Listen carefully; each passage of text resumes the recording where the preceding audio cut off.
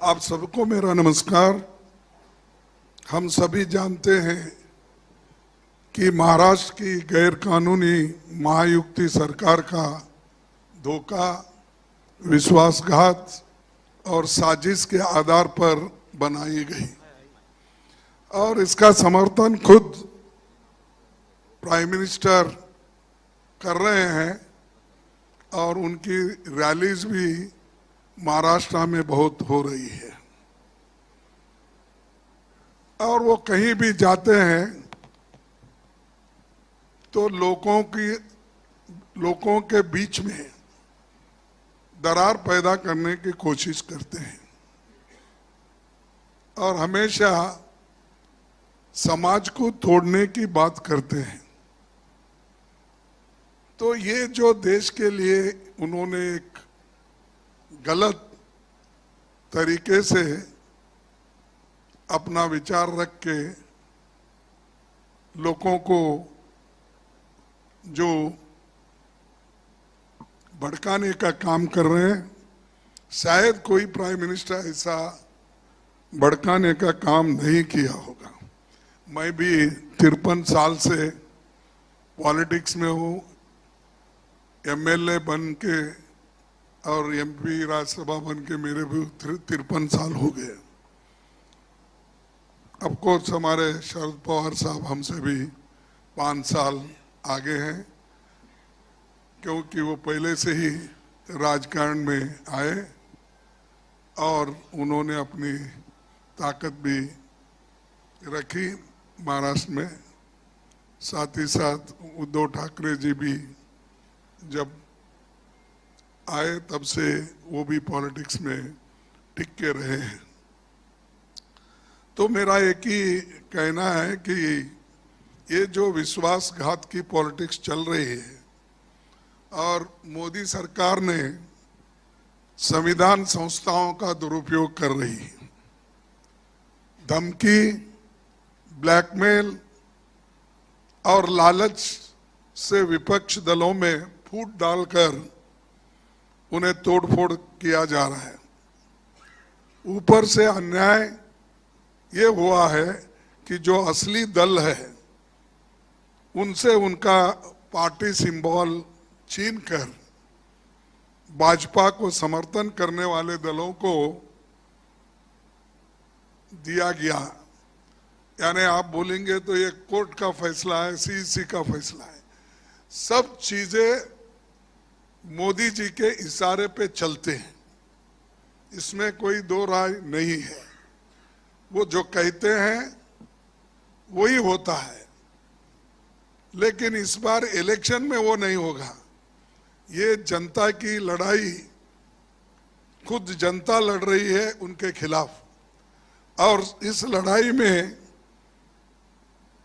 जनता जीतेगी और इनके जो कारनामे हैं उसके ऊपर अभी लोग बहुत नाराज हैं और यहाँ तक कि डेमोक्रेसी की बात बार बार वो करते हैं, लेकिन डेमोक्रेसी के तहत नहीं चलते। मैं सुना यहाँ पर कॉरपोरेशन के इलेक्शन भी 2 साल से नहीं हुए। यही डेमोक्रेसी है मोदी जी की। तो ऐसे कई चीज उन्होंने यहाँ पर महाराष्ट्र में नहीं, हर जगह ये काम किए हैं और उनकी तोड़फोड़ नीति सिर्फ महाराष्ट्र तक की नहीं, पहले उसका वार हुआ कर्नाटक पर, उससे पहले वार हुआ मणिपुर में, गोवा में और हमारे मध्य प्रदेश में, हर जगह वो गुजरात में भी वैसा ही कर दिए। हालांकि उनको हमको बहुत मार्जिनल फर्क था, लेकिन वहां भी तोड़फोड़ करके अपना काम उन्होंने कर लिया। तो ये उनकी एक नीति है, तो उसके खिलाफ हम लोग गठबंधन के लोग लड़ रहे हैं मजबूती के साथ। और महाराष्ट्र में तो बहुत ही मजबूत है। मैं समझता हूँ 48 में सीट, यहाँ पर 48 सीट में कम से कम हमको 46 तक मिलेंगे, ऐसी एक हवा है। और जनता खुद बोल रही है। इस बार मैं ये नहीं कहूँगा कि वो जीरो पे रहेंगे, कुछ ना कुछ उनको मिलेगा जो बागी लोग हैं, लेकिन हमारी जो गठबंधन की पार्टियां हैं वो मैक्सिमम सीट लेकर वो बीजेपी को हराएगी। और दूसरी चीज ये है कि हमने चंद गारंटीज दिए हैं, जैसा कि हम कर्नाटक में दिए थे, हिमाचल में दिए थे, अपने तेलंगाना में दिए थे, वैसा ही ऑल इंडिया लेवल पे इंडिया गठबंधन के साथ बातचीत करके वो तो कॉमन मिनिमम प्रोग्राम तय होगा। लेकिन हमने जो मैनिफेस्टो में दिखाया है कि वो खास करके नौजवान लोगों को 30 लाख लोगों के जो जगह खाली है वो भर्ती करने का, पहली नौकरी पक्की करने का, और गिग वर्कर्स के लिए सामाजिक सुरक्षा देने का, मनरेगा के तर्ज पर सिटी में अर्बन एरियाज में भी लोगों को काम देने का, और जो खास करके अपने युवाओं को जहां काम नहीं है उनको वहां पर हम ट्रेनिंग देकर 1 लाख रुपए सालाना उनको स्टाइफंड देके हम उनको भी ट्रेन कर रहे हैं। उसके अलावा जो महिला महालक्ष्मी योजना, ये बड़ी योजना है हमारी, और इसमें 1 लाख करोड़ रुपए महिलाओं को हम सालाना देंगे जो मुखिया घर की होती है, 1 लाख रुपए। तो उसी तरह 25 लाख का स्वास्थ्य बीमा हम देंगे, छात्रों का स्टूडेंट लोन भी माफ करेंगे, किसानों पर जीएसटी पूरी तरह हटा दिया जाएगा, क्योंकि फर्टिलाइजर पे, ट्रैक्टर पे, जो भी किसानों के इक्विपमेंट्स है उस पे हम जीएसटी पूरा हटा देंगे फर्टिलाइजर पे। और आखिरी में मैं ये कहना चाहता हूँ कि सबसे महत्वपूर्ण घोषणा, ये तो आर्थिक राजधानी है हमारे देश की, यहाँ रिजर्व बैंक भी यही है, सब कुछ यहाँ से निकलता है, लेकिन मोदी जी आने के बाद ऐसे शहर को भी उन्होंने निगलेक्ट किया। और बड़े बड़े जो भी है, मैं समझता हूँ एक बुलेट ट्रेन एक आया होगा, आया क्या?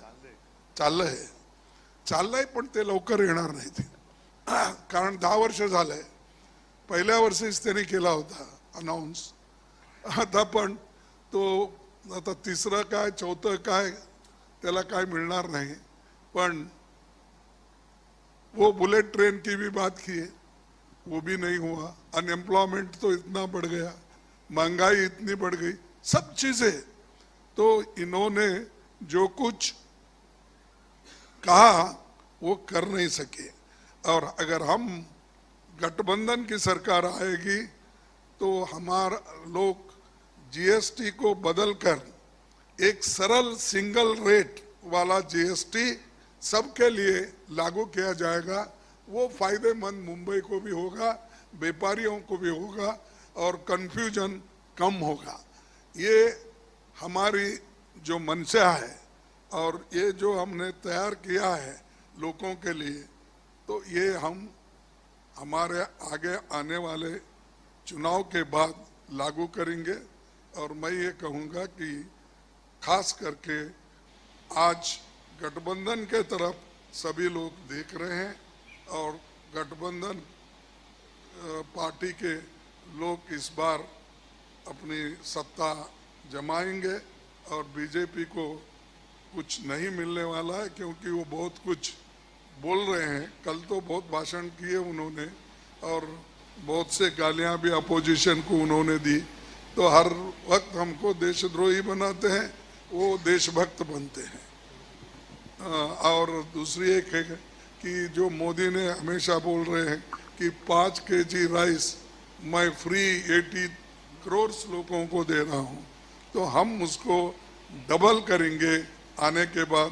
और खासकर जो गरीब लोग, क्योंकि मैं उड़ीसा गया था तो उसी वक्त उड़ीसा और दूसरे जगह जाने के बाद मैं देखा कि ये मिल के हम करेंगे, हम मिनिमम कॉमन प्रोग्राम में भी इसको लाएंगे और इस बार 5 के बजाय 10 केजी हम लोगों को देंगे। ये तो फूड सिक्योरिटी एक्ट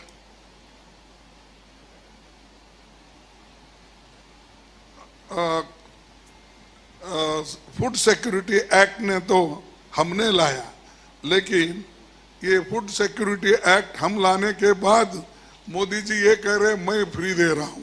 अरे ये तो एक्ट है बनाया हुआ, इसको तो आप निग्लेक्ट नहीं कर सकते। इसलिए हम ये जो असंवैधानिक संस्थाओं का दुरुपयोग भी एक तरफ हो रहा है, जैसा कि ईडी का, सीबीआई का, इनकम टैक्स का, तो खूब दुरुपयोग कर रहे। इसीलिए संविधान को बचाने के लिए और गुड गवर्नेंस के लिए ये जरूरी है कि हम लोग मिलके इसको करना है। तो कम से कम इस बार हम लोगों को एक होने के बजाय ज़्यादा से ज़्यादा हमको जनता को फायदा होगा और हम ये करके रहेंगे। और ये जो गलत तरीके से वो सबको धमका रहे, ईडी का, सीबीआई, उसका, ये धमकी अब आगे नहीं चलेगी जब गठबंधन की सरकार आएगी। और जो कुछ भी हो रहा है उसके बारे में और भी हमारे नेतागण बोलेंगे। बस मैं इतना कह के अपनी बात को समाप्त करता हूँ। अगर आपके कोई क्वेश्चन है बाद में लूँगा हमारे नेता लोग बोलने के बाद। आदरणीय शरद पवार साहब।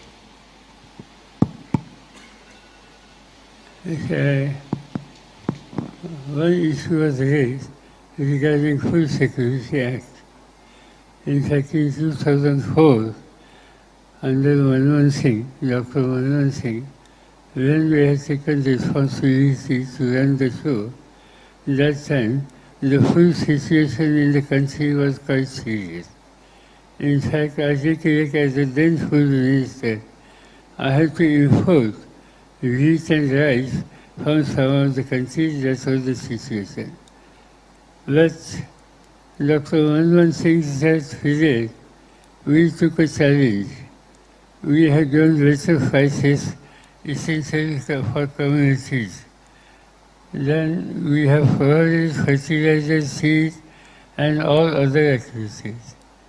And until this situation was changed, after 10 years, when we have handed power to the new people, India was the self-sufficient in food security.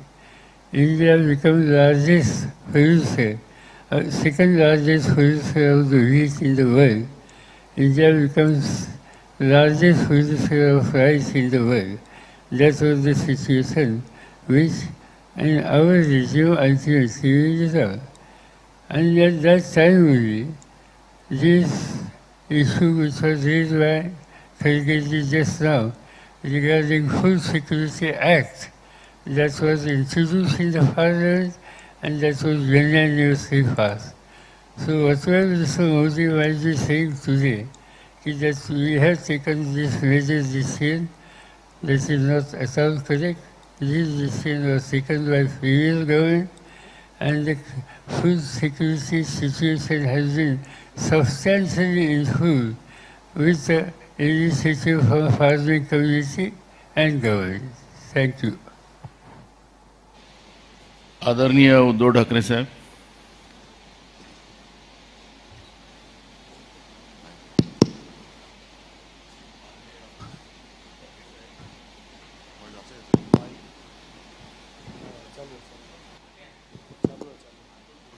आवाज हाँ येतो। माननीय खरगे साहेब, माननीय पवार साहेब, व्यासपीठावरील सर्व मान्यवर आणि उपस्थित पत्रकार बांधवांनो, भगिनींनो, 4 जूनला आपल्या देशातला जुमला पर्व संपत आहे आणि 14 साली जे मोदीजी म्हणालेले त्या आजची दिनाची सुरुवात येत्या 4 जून पासून होईल, कारण इंडिया आघाडीचं सरकार या देशामध्ये येते। जवळपास सर्व प्रचाराचे मुद्दे म्हणजे जनतेच्या जीवन मरणाचे प्रश्न हे सगळे अख्ख्या देशामध्ये चर्चिले गेलेले आहेत.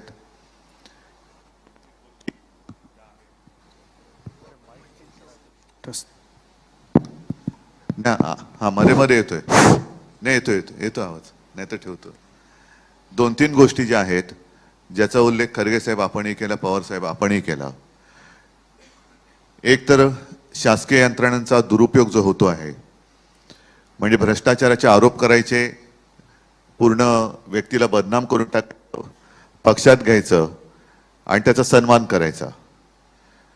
महत्वाचा मुद्दा जो मी माझ्या कालच्या भाषणात सुद्धा मांडला की महाराष्ट्राला हे बदनाम करतायत, महाराष्ट्राला लुटतायत आणि मुंबई हे देशाचं आर्थिक केंद्र हे त्यांना बघवत नाहीये. मुंबईची लूट करायची आणि सगळं काही गुजरातला घेऊन जायचं, ही मुंबई आणि महाराष्ट्राची लूट आपलं इंडिया आघाडीचं सरकार थांबवेल आणि परत एकदा महाराष्ट्राचं वैभव जेवढं होतं त्याच्यापेक्षाही अधिक कित्येक पटीने हे महाराष्ट्रात आम्ही परत आणू. सध्या एकूणच जो कारभार चाललेला आहे असा कारभार जगात कुठेही नसेल. एका घटनाबाह्य सरकारच्या प्रचारासाठी आणि त्यांच्या उमेदवारांसाठी, गद्दारांच्या प्रचारासाठी देशात पंतप्रधान येत आहेत. असं कोणताही देश नसेल की घटनाबाह्य, अजूनही सर्वोच्च न्यायालयाचा निकाल आलेला नाही, सर्वोच्च न्यायालयाने ताशेरे मारलेले आहेत, तरी देखील अक्षरशः लाज सोडून प्रधानमंत्री महाराष्ट्रामध्ये येऊन घटनाबाह्य मुख्यमंत्र्यांना, घटनाबाह्य उपमुख्यमंत्र्यांना सोबत घेऊन हे आपल्या हुकुमशाहीचा प्रचार करतायत. असा प्रकार कधीही कुठे घडलेला नव्हता. आणि मी जे काय म्हणतो की जे देतील साथ त्यांचा करू घात. 1-1.5 वर्षापूर्वी भारतीय जनता पक्षाचे अध्यक्ष नड्डा हे म्हणाले होते की या देशामध्ये एकच पक्ष राहील. मी कालच माझ्या एका मुलाखतीत म्हटलंय की आम्हाला हे नकली सेना म्हणतात, उद्या RSS ला सुद्धा हे नकली संघ म्हणतील. आणि योगायोग असेल काही असेल, खरगे साहेब आजच्या इंडियन एक्सप्रेसमध्ये नड्डा साहेबांची मुलाखत आलेली आहे, त्याच्यात त्यांनी म्हटलं की आता भाजपा हा स्वयंपूर्ण झालेला आहे, त्याला RSS ची गरज नाही. म्हणजे आता पुढच्या वर्षीचं 100वे वर्ष म्हणजे 16वे वर्ष धोक्याचं म्हणतात तसं संघाला 100वे वर्ष धोक्याचं होते की काय, कारण संघाला सुद्धा हे नष्ट करून टाकतील. आणि हेच एक कल्ली कारभार हा संपूर्ण देशामध्ये चालू ठेवतील. ही हुकुमशाहीची नांदी आहे. ज्यांनी आपल्याला राजकीय जन्म दिला त्याच पक्षाला, त्याच संघाला किंवा त्या संस्थेला संपवायला निघालेले आहेत. आणि त्याच करता मी जे काल म्हटलं की यांना गद्दारांची घराणेशाही चालते पण प्रमोद महाजनांची चालत नाही, आमची चालत नाही, हा सगळा प्रकार हा घृणास्पद आहे. त्याच्यावरती मी वेळोवेळी बोललेलो आहे. आज सुद्धा आणखीन काही आपल्याला प्रश्न असतील तर आमच्या तिघांपैकी आपण कोणाला विचारा, आम्ही त्याच्याबद्दल उत्तर देऊ. एकच मिनिट, सॉरी, जो कालच्या सभेत मला बोलण्याचा एक मुद्दा होता की यांचा पैशाचा वाटप हा मोठ्या प्रमाणावरती चालण्याच्या तक्रारी आमच्याकडे येत आहेत. 50 खोके आता फुटलेले आहेत आणि सगळीकडे त्याचं वाटप होतंय. मात्र काही ठिकाणी अशा तक्रारी आल्यात, ज्या तक्रारी आम्ही निवडणूक आयोगाकडे गेलेल्या आहेत की ज्या वस्त्यांमधनं मतदान होण्याची शक्यता भाजपला कमी वाटते, तिथल्या काही लोकांना आधीच ते बोटाला शाई लावतायत. म्हणजे ही शाई बाहेर आली कशी, तोही एक निवडणूक आयोगाकडे आम्ही प्रश्न उपस्थित केलेला आहे. आधीच बोटाला शाई लावली म्हणजे ती व्यक्ती ही मतदान करूच शकणार नाही, एवढ्यापर्यंत यांची मजल गेलेली आहे. तर मी आपल्या माध्यमातून उद्या जिथे जिथे निवडणुका होणार आहेत तिथल्या सर्व निवडणूक यंत्रणेला आणि आमच्या तिन्ही पक्षांच्या कार्यकर्त्यांना सतर्क राहण्याच्या सूचना देत आहे की असा कुठे जर का गैरप्रकार आढळला तर त्याला ताब्यात घेऊन पोलिसांच्या ताब्यात द्या.